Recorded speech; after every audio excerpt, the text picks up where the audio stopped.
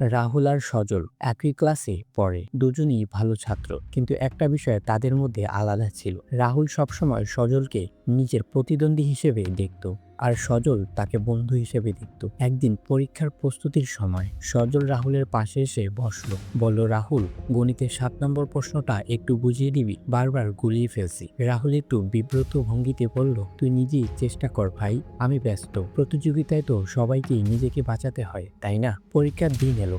রাহুল ভালোভাবে পরীক্ষা দিল, কিন্তু সজল সেই 7 নম্বর প্রশ্নেই আটকে গেল। পরীক্ষার ফলাফলে রাহুল প্রথম হয়, সজল দ্বিতীয়। সবাই রাহুলকে বাহবা দিল।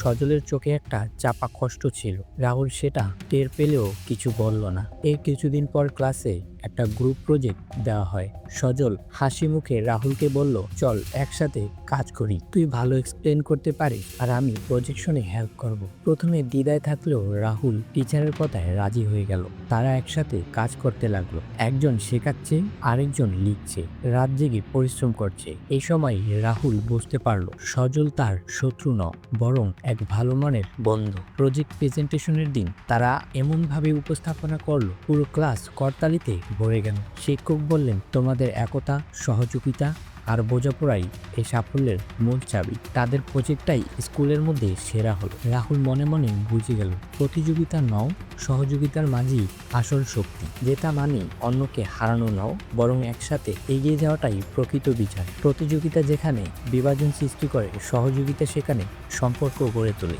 অন্যকে টেনে নিচে নামিয়ে নাও, একসাথে উপরে ওঠার মধ্যেই সত্যিকারের জয়। বন্ধু, ক্লাসমেট, সহকর্মী যেই হোক, তাকে সাহায্য করো, কারণ তার সফলতা একদিন তোমার জন্য রাস্তা খুলে দেবে। এই ভিডিওতে লাইক করার জন্য তোমাকে অসংখ্য ধন্যবাদ, কারণ অনেক পরিশ্রম করে আমি এই ভিডিওটি তৈরি করি তোমাদের জন্য।